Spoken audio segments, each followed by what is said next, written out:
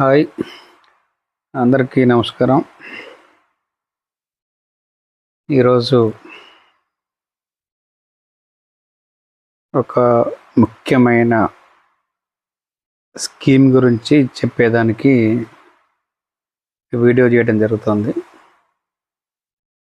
ముందుగా మీరు అనుకోవచ్చు, మనం ఒక వీడియో చేస్తే మంచిగా కూర్చోవాలి, స్టిఫ్గా కూర్చోవాలి, కొంచెం టీవీ ఛానల్ కూర్చోవాలి అనేది ఒక ఆలోచన ఉంటుంది.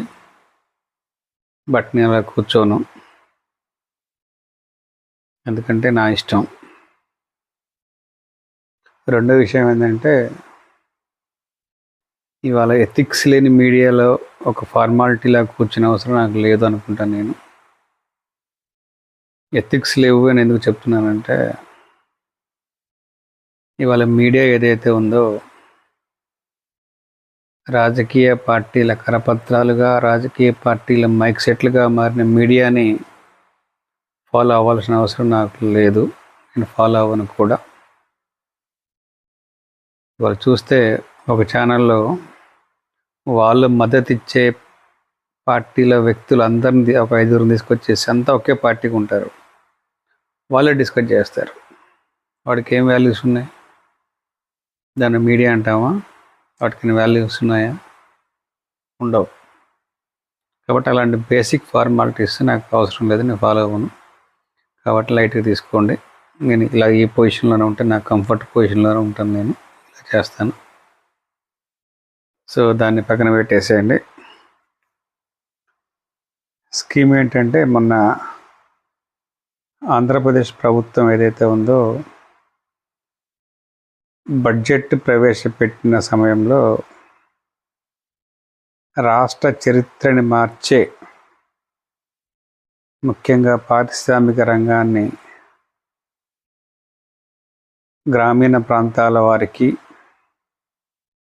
కింది కులాల వారికి, ముఖ్యంగా డ్వాక్రా సంఘాల మహిళలకి, ఇంకా ముఖ్యంగా 1 ఫ్యామిలీ 1 ఎంటర్‌ప్రెన్యూర్ అంటే ప్రతి కుటుంబానికి ఒక పారిశ్రామికవేత్తను తయారు చేసే దిశగా గౌరవ ముఖ్యమంత్రి చంద్రబాబు నాయుడు గారు పెట్టినటువంటి ఆలోచన వచ్చినటువంటి ఒక స్కీము అనౌన్స్ చేయడం జరిగింది. దానికి సంబంధించి ఆ బడ్జెట్ కూడా వాళ్ళు ఆల్మోస్ట్ ఒక 300 crores వాళ్ళు అనౌన్స్ చేయడం జరిగింది. సో ఆ స్కీమ్ పేరు ఏంటంటే, Andhra Pradesh chief minister entrepreneur program. సింపుల్గా ఏపీ సీఎంఈపీ, ఇంకా షార్ట్గా చెప్పాలంటే సీఎంఈపీ. ఇది సిమిలర్గా కేంద్ర ప్రభుత్వానికి సంబంధించి ప్రధానమంత్రి ఎంప్లాయ్మెంట్ గ్యారంటీ ప్రోగ్రామ్ లాగా, పిఎంఈజీపీ లాగా ఉంటుంది నేమ్, ప్రొనౌన్సియేషన్. బట్ స్కీమ్ కూడా కొంచెం అలాంటి డిజైన్లోనే నాకు ఉన్నట్టు తెలుస్తుంది. సో కొంచెం దాని డిఫరెంట్గా అనిపిస్తుంది. దాంతో పోలిస్తే కొంచెం డిఫరెంట్గానే ఉంటుంది అనిపిస్తుంది. బట్ మెజారిటీ సిమిలర్గానే ఉంది. సో ఆ స్కీమ్కి ఈ స్కీమ్కి డిఫరెన్స్ ఏంటంటే, పిఎంఈజీపీలో మ్యానుఫ్యాక్చరింగ్తో పాటుగా సర్వీస్ సెక్టర్ కూడా ఉన్నది. బట్ ఈ స్కీమ్లో ఓన్లీ మ్యానుఫ్యాక్చరింగ్ సెక్టార్కి మాత్రమే వాళ్ళు లిమిట్ చేశారు. ఈ స్కీము ఏదైతే ఉందో, ఈ అంటే ఈ 26 ఫైనాన్షియల్ ఇయర్ 27, 28, 29 అంటే ఈ కూటమి ప్రభుత్వం ఉన్న టెన్యూర్ వరకు కూడా వాళ్ళు ఒక ప్లానింగ్ ప్రకారం వెళ్తున్నారు. ఆల్మోస్ట్ 3,500 యూనిట్స్ పెట్టడానికి వీళ్ళు ఒక ప్లానింగ్ చేశారని మనకు సమాచారం ఉంది. ఆ సమాచారం ప్రకారం ఎక్స్ప్లెయిన్ చేసే ప్రయత్నం చేస్తాను. సో ఈ స్కీములో ఆల్మోస్ట్ 2 స్లాబులుగా డివైడ్ చేశారు. ఒక స్లాబ్ వచ్చేసేసి 50 లక్షల రూపాయల వరకు ఉంటుంది. రెండవ స్లాబ్ వచ్చేసేసి 75 లక్షల వరకు ఉంటుంది.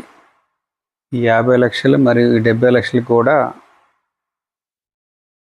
మ్యానుఫ్యాక్చరింగ్ సెక్టార్కే కేటాయించడం జరిగింది. అంటే రాష్ట్ర ప్రభుత్వం ఏదైతే అనుకుంటుందో పారిశ్రామికవేత్త, వన్ ఫ్యామిలీ వన్ ఎంటర్‌ప్రెన్యూర్ అనే ప్రోగ్రామ్ తీసుకున్న ప్రోగ్రామ్ కాబట్టి సర్వీస్ సెక్టర్ దీంట్లో పూర్తిగా తీసేశారు. సర్వీస్ సెక్టార్స్ అంటే దీంట్లో వెహికల్స్ ఉంటాయి, ప్రింటింగ్ ప్రెస్లు ఉంటాయి, తర్వాత రెడీమేడ్ యూనిట్స్ ఉంటాయి. సో ఇవన్నీ కూడా ఉంటాయి కాబట్టి వాళ్ళు మ్యాక్సిమం తీసేయడం జరిగింది. ప్యూర్లీ మ్యానుఫ్యాక్చరింగ్ సెక్టార్కే దీన్ని పరిమితం చేయటం జరిగినట్టుగా మనకు తెలుస్తూ ఉంది. రెండోది వచ్చేసేసి దీంట్లో ఎవరు అర్హులు, ఏ క్వాలిఫికేషన్ ఉండాలనే దాన్ని మనం చూస్తే ఈ స్కీమ్కి బేసిక్గా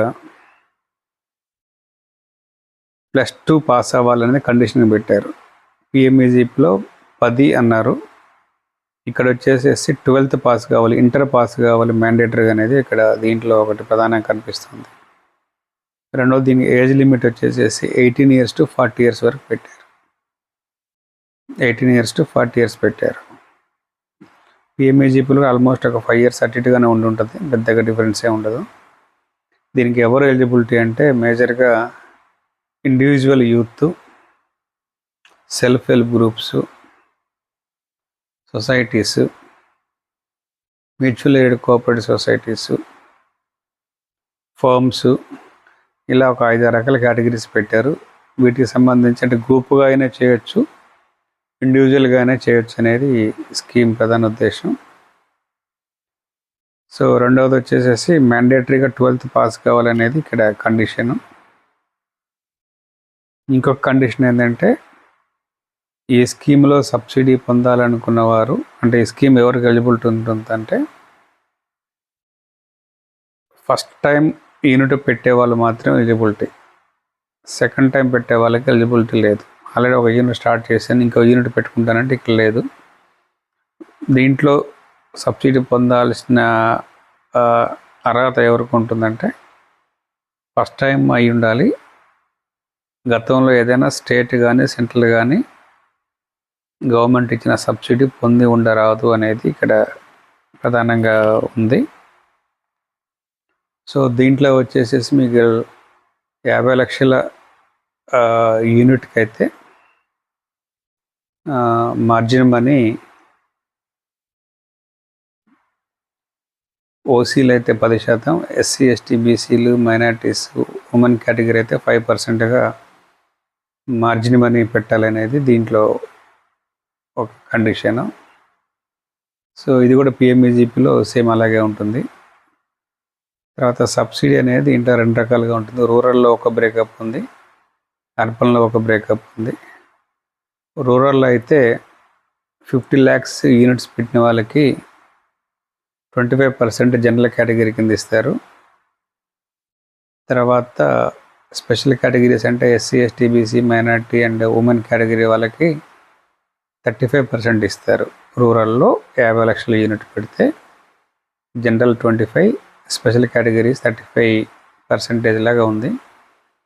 తర్వాత అర్బన్ వాళ్ళు అయితే 50 లక్షల యూనిట్ పెడితే 15% సబ్సిడీ ఉంది. అదే 75 lakhs అయితే 25% సబ్సిడీ ఉంది. 75 lakhs అయితే జనరల్ కేటగిరీ వాళ్ళకి 15%, అర్బన్ వాళ్ళకి రూరల్ అదే అర్బన్ స్పెషల్ కేటగిరీ అయితే ఎస్సీ ఎస్టీ బీసీలు ఉమెన్ అయితే వాళ్ళకి 25% ఉంది. ఈ 2 కేటగిరీస్లో 50 lakhs కానీ 75 lakhs కానీ రూరల్ కానీ అర్బన్ కానీ జనరల్ కానీ స్పెషల్ కేటగిరీ ఎవరికైనా సరే ఆల్ కేటగిరీస్లో సబ్సిడీ లిమిట్ వచ్చేసేసి 50 lakhs యూనిట్ పెట్టిన వాళ్ళకి 8 lakhs సబ్సిడీ, 75 lakhs యూనిట్ పెట్టిన వాళ్ళకి 10 lakhs సబ్సిడీగా దీంట్లో పెట్టినట్టుగా మనకు తెలుస్తూ ఉంది. దీన్ని మనం ప్రధానంగా చూసుకోవాలి. సో ఇక్కడ మ్యాక్సిమం లిమిట్ వచ్చేసి 8 lakhs, 50 lakhs యూనిట్ పెడితే, అదే కొంచెం మనం తక్కువ పెడితే పర్సంటేజ్ ఎక్కువ వస్తుంది. బట్ వాట్ ఎవర్ ఏదైనప్పటికీ కూడా సబ్సిడీ లిమిట్ వచ్చేసేసి 50 lakhs యూనిట్ అయితేనేమో 8 lakhs ఉంది, 75 lakhs అయితేనేమో 10 lakhs ఉంది సబ్సిడీ కింద.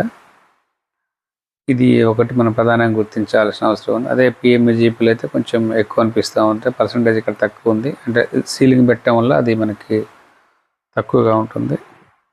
సో దీన్ని ఎవరు ఎలా అప్లికేషన్ పెట్టుకోవాలి అనేది చూస్తే దీనికి స్టార్టింగ్లో ఫస్ట్ ఫైనాన్షియల్ ఇయర్లో ఆన్లైన్ కాకుండా ఆఫ్లైన్ తీసుకుంటారు. సెకండ్ ఇయర్ నుంచి ఆన్లైన్ పోర్టల్ డెవలప్ చేస్తారు. డిస్ట్రిక్ట్ ఇండస్ట్రియల్ సెంటర్లో మనం ఎవరైతే ఇంట్రెస్ట్ ఉన్న ఈ గ్రూప్స్ ఇంతకుముందు చెప్పే కదా, మీకు ఇండివిజువల్ యూత్, తర్వాత సెల్ఫ్ హెల్ప్ గ్రూప్స్, తర్వాత సొసైటీ, తర్వాత మ్యాక్స్, ఇతర కోఆపరేటివ్ సొసైటీ ఎవరైతే వాళ్ళంతా కూడా దీనికి ఎలిజిబిలిటీ అయ్యారు. గ్రూప్గా కానీ వ్యక్తిగతంగా కానీ పెట్టచ్చు. వారు ఒక ఫార్మాట్లో ఒక project report, caste certificate, intermediate certificate, all relevant document, ఒక సెట్ ఆఫ్ డాక్యుమెంట్స్ లిస్ట్ ఉంది. అది మనం చదవక్కర్లేదు. అవన్నీ కలిపి ఫిజికల్గా ఏ జిల్లాలో ఉన్నారో ఆ జిల్లాలో డిస్ట్రిక్ట్ ఇండస్ట్రియల్ సెంటర్ అంటే జిల్లా పరిశ్రమల కేంద్రం వారికి అప్లికేషన్ ఇస్తే వాళ్ళు ప్రతి 3 నెలలకు ఒకసారి ఈ 3 నెలల్లో వచ్చిన అప్లికేషన్లు స్క్రూటినీ చేసి డిస్ట్రిక్ట్ లెవెల్లోనే సెలక్షన్ జరుగుతుంది. ఇక్కడ ఇది గమనించాల్సిన అవసరం ఏంటంటే ఏ జిల్లాకు ఆ జిల్లానే జరుగుతుంది. డిఐసి వాళ్ళు వచ్చిన అప్లికేషన్ స్క్రూటినీ చేసి డిస్ట్రిక్ట్ కలెక్టర్ చైర్మన్గా ఉండే కమిటీలో సెలక్షన్ చేస్తారు.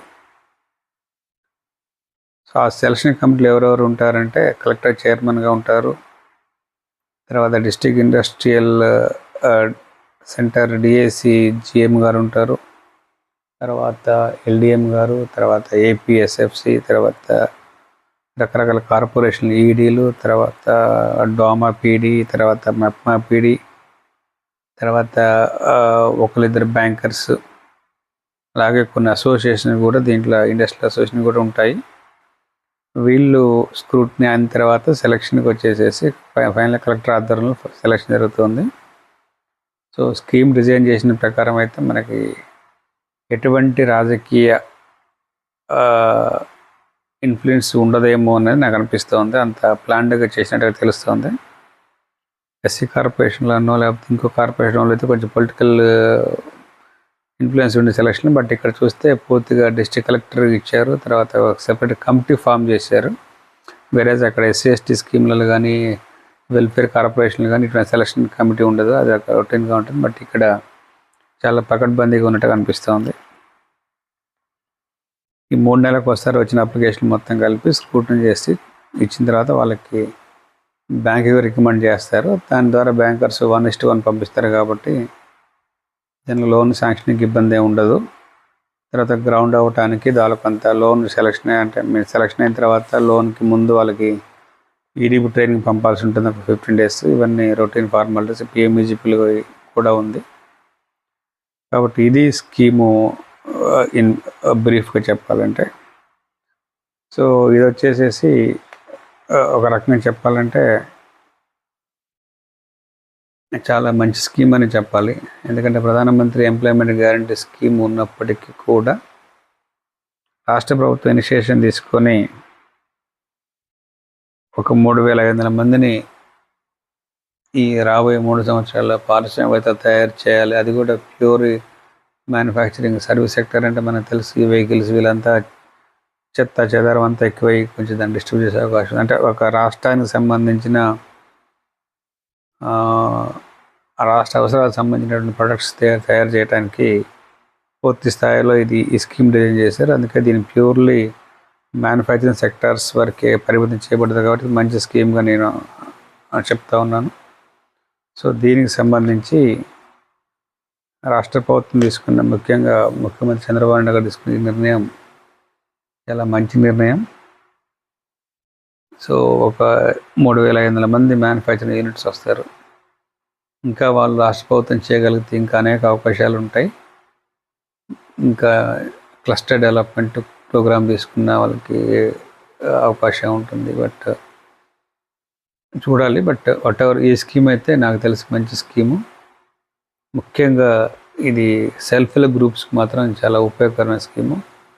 మేము గతంలోనే 2019 ఆ టైంలోనే నేను ఆంధ్రప్రదేశ్లో ప్రభుత్వ సహకారంతో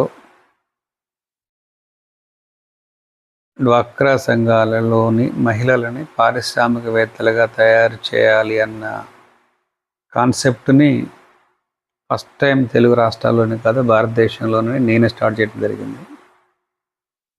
సో ఎందుకు ఆలోచన చేయటం జరిగింది అంటే డ్వాక్రా సంఘాలు పెట్టిన సమయంలో ఉన్నటువంటి ఆలోచన లక్ష్యం వేరుగా ఉంటుంది. ఈ కాలం పెరిగే కొద్దీ ఈ ఇంత లాంగ్ పీరియడ్లో అంటే 98లో 99లో పెట్టారు నాకు తెలిసి. అప్పటి నుంచి ఈ 95 నుంచి ఈ 20 సంవత్సరాల్లో అనూహ్యమైన మార్పు వచ్చింది. స్టార్టింగ్లో ఎవరు కూడా గ్రూపుల్లో చేరడానికి కూడా ఇబ్బంది పడేవాళ్ళు. ఎందుకంటే ఆ గ్రూప్లోకి వచ్చిన తర్వాత ఒక ఉమెన్ బయటికి రావాలి, బ్యాంకుల చుట్టూ తిరగాలి. ఈ ప్రాసెస్లో కుటుంబ సభ్యుల నుంచి తీవ్ర వ్యతిరేకత రావటం జరిగింది. ఇనిషియల్ స్టేజ్లో చాలా ఇబ్బందిగా ఉండేది. అలాంటి స్టేజ్లో నుంచి వాళ్ళ డ్వాక్రా సంఘాలు స్వయం సమృద్ధిని సాధించి ఇంకా ఒక 2-3 స్టెప్పులు ముందుకు వెళ్ళాలని ఆలోచనలో ముందుకు కొడుతున్న సమయంలో నేను దాన్ని ఐడెంటిఫై చేసేసి డ్వాక్రా సంఘాల్లో ఉన్నటువంటి ఉన్నత చదువు చదివిన వాళ్ళని, ఆర్థికంగా బలంగా ఉన్న వాళ్ళని, అదే సమయంలో ఏదో సాధించాలి అన్న తపన ఉన్న వాళ్ళని గుర్తించి వారిని పారిశ్రామికవేత్తలుగా తయారు చేయడానికి అంటే ఇనిషియల్ స్టేజ్లో డ్వాక్రా సంఘాలు అంటే ఏంటంటే బడ్డీ కొట్లు పెట్టుకోవాలి, పాల ప్యాకెట్లు పెట్టుకోవాలి, లేకపోతే చిల్లర ఇంకేదైనా చిన్న చిన్న అంటే పెట్టి దుకాణాలు పెట్టుకోవాలి. దానికి లిమిట్ చేసిన సందర్భం నుంచి కొంచెం మెరుగవుతూ వస్తుంది. ఇప్పటికి కూడా మెజారిటీ సభ్యులు ఏం చేస్తారంటే డబ్బులు తీసుకున్న తర్వాత దాని మీద బిజినెస్ చేయకుండా ఏదో ఒక ఇమ్మీడియట్ నీడ్ కోసం దాన్ని పే చేసిన తర్వాత వాళ్ళు వేరే పని ద్వారా అమౌంట్ కడుతున్నారు తప్పించి కూడా వాళ్ళకి దాంట్లోంచి ఇన్కమ్ జనరేట్ అయ్యే స్కీములు ఇన్కమ్ జనరేట్ అయ్యే కార్యక్రమాలు కానీ యాక్టివిటీస్ కానీ చేసిన సందర్భం తక్కువ కనిపిస్తూ ఉంది. వాళ్ళంతా గ్రూపులు తీసుకుంటున్నారు, అమౌంట్ తీసుకుంటున్నారు, కడుతున్నారు. బట్ ఆ అమౌంట్ ఎలా జనరేట్ అవుతుందంటే వేరే సోర్స్ అంటే జాబులు చేయటమా లేకపోతే కూలి పని చేయటమా అలా తీరుస్తున్నారు తప్పించి కానీ ఆ డ్వాక్రా సంఘాల ద్వారా ప్రభుత్వం బ్యాంకులు శాంక్షన్ చేసి ఒక 5 లక్షలు 6 లక్షలు పెట్టి ఏదో ఒక వ్యాపారం చేస్తూ దాంట్లోంచి రిటర్న్స్లోంచి లోన్లు కట్టే ప్రాసెస్ నుంచి వాళ్ళు ఇంకా చాలామంది ఎదగలేదు. దాన్ని మనం ఐడెంటిఫై చేసి కొంతమందినైనా మనం పారిశ్రామికవేత్త తయారు చేయాలని చెప్పి ఆలోచనతోనే ఉమ్మడి వెస్ట్ గోదావరి జిల్లాలో ఒక 1000 గ్రూపులకి నేను అవేర్నెస్ మీటింగ్లు పెట్టడం జరిగింది. గ్రూపుల్లో చాలామందిని మనం పికప్ చేసుకొని వారితో ఇండస్ట్రీస్ పెట్టించడం జరిగింది. ట్రైనింగ్ ప్రోగ్రామ్స్, తర్వాత ఇండస్ట్రియల్ విజిట్స్ అవన్నీ కూడా చేయడం జరిగింది.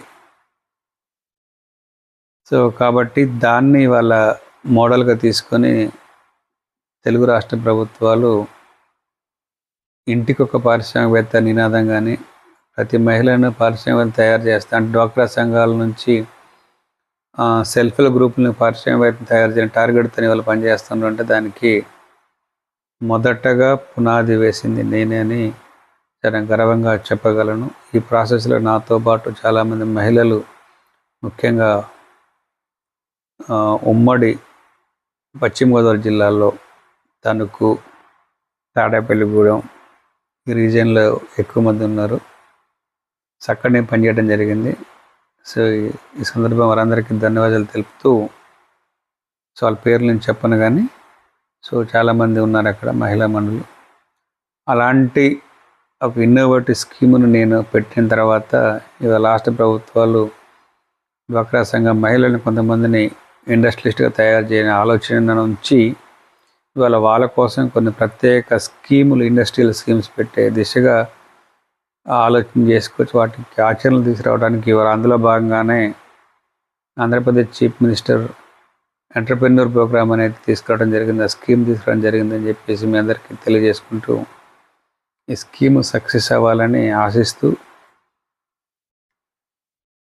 దీన్ని ఉపయోగించుకోవాలని రాష్ట్ర ప్రజలందరికీ ముఖ్యంగా డ్వాక్రా సంఘాల మహిళలకి, చదువుకున్న యూత్కి నేను సూచన సలహా చేస్తూ విజ్ఞప్తి చేస్తున్నాను. సో ఎందుకంటే మనం ఏదైనా ఎదగాలి అంటే జాబ్ ఒక మార్గం అయితే పారిశ్రామిక రంగం అనేది మరొక ఉన్నతమైన మార్గం. కంపేర్ చేసి చెప్పాలంటే జాబ్ కంటే కూడా ఇదే బెటర్. ఎందుకంటే ఇదంతా ఫ్రీలాన్సర్ లాగా ఉంటుంది, ఎవరి కింద పని చేసేది లేదు. మనం కష్టపడి హార్డ్ వర్క్ చేయగలిగితే మన టైమింగ్స్లోనే మనకున్న వెసులుబాటుతోనే మనం గొప్పగా ఎదుగుతూ ఉపాధి కల్పిస్తూ రాష్ట్రానికి సంబంధించినటువంటి కొన్ని అవసరాల వస్తువులు మనం తయారు చేయగలిగే ప్రాసెస్లు మనం రాష్ట్రానికి ఆదాయాన్ని పెంచే ప్రాసెస్లో మనం ఉంటాము. స్టేట్ డెవలప్మెంట్ మన రోల్ ఉంటుందనేది చాలా స్పష్టంగా తెలియజేస్తూ ఈ అవకాశాన్ని యూత్ అంతా వినియోగించుకోవాలని, ముఖ్యంగా డ్వాక్రా సంఘాల మహిళలు ఈ పథకాన్ని సద్వినియోగం చేసుకోవాలని నేను మనవి చేస్తూ సెలవు తీసుకుంటున్నాను. జై స్వర్ణాంధ్రప్రదేశ్, జై భారత్.